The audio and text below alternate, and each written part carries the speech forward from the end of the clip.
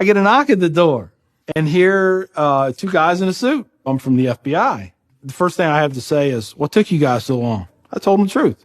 I was going to make my own IED, and I was going to set across the Islamic Center over in a bank's parking lot, and I was going to dial it in and just watch the show.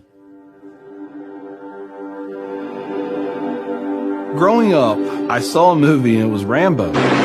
Rambo was tough, respected.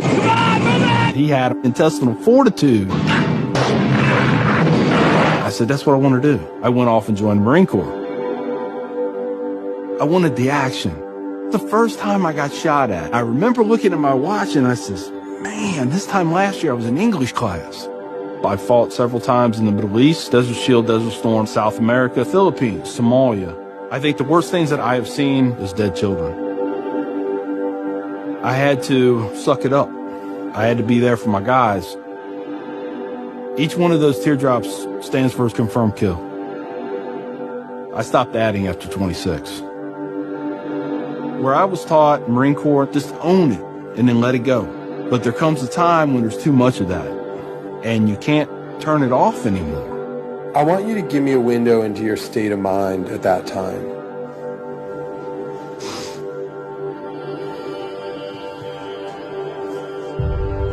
One time, my wife and I went to a DSW, and I saw in the distance these two women in black burqas in my store. I cried as I prayed for enough strength to go over there and break both their necks.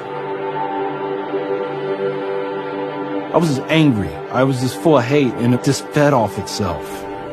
At that point, I was drinking a half-gallon of vodka every 2 days. I had devised a plan, create my own IED, homemade bomb, and I was going to set it off right outside the Muncie Islamic Center.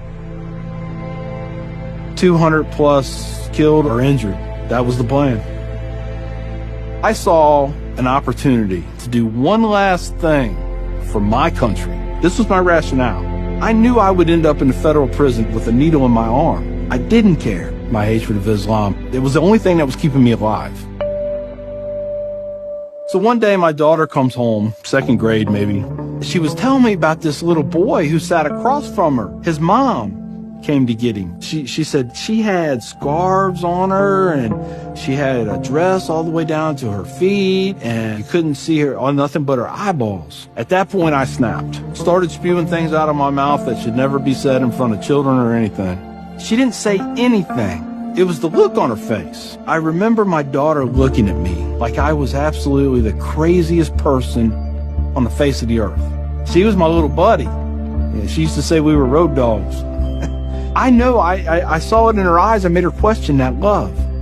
And that's when a light bulb came on. I decided to give the people of this community one more chance. So I went to the Islamic Center, see a gentleman in the shoe room taking off his shoes. He looks at me and he smiles.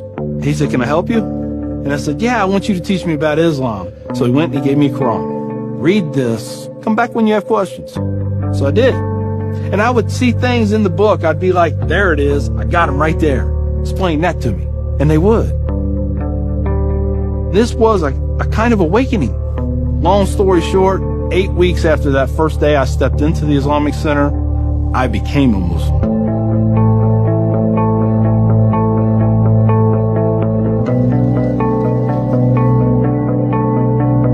I'm a Muslim, a veteran, and a proud American. I had learned that I was completely wrong about everything that I felt. You know, Judaism had a message, Christianity had a message, Islam had a message. Funny thing is, though, it was the same message. It was about peace, and it was about love. Please join me in welcoming Mr. McKinney.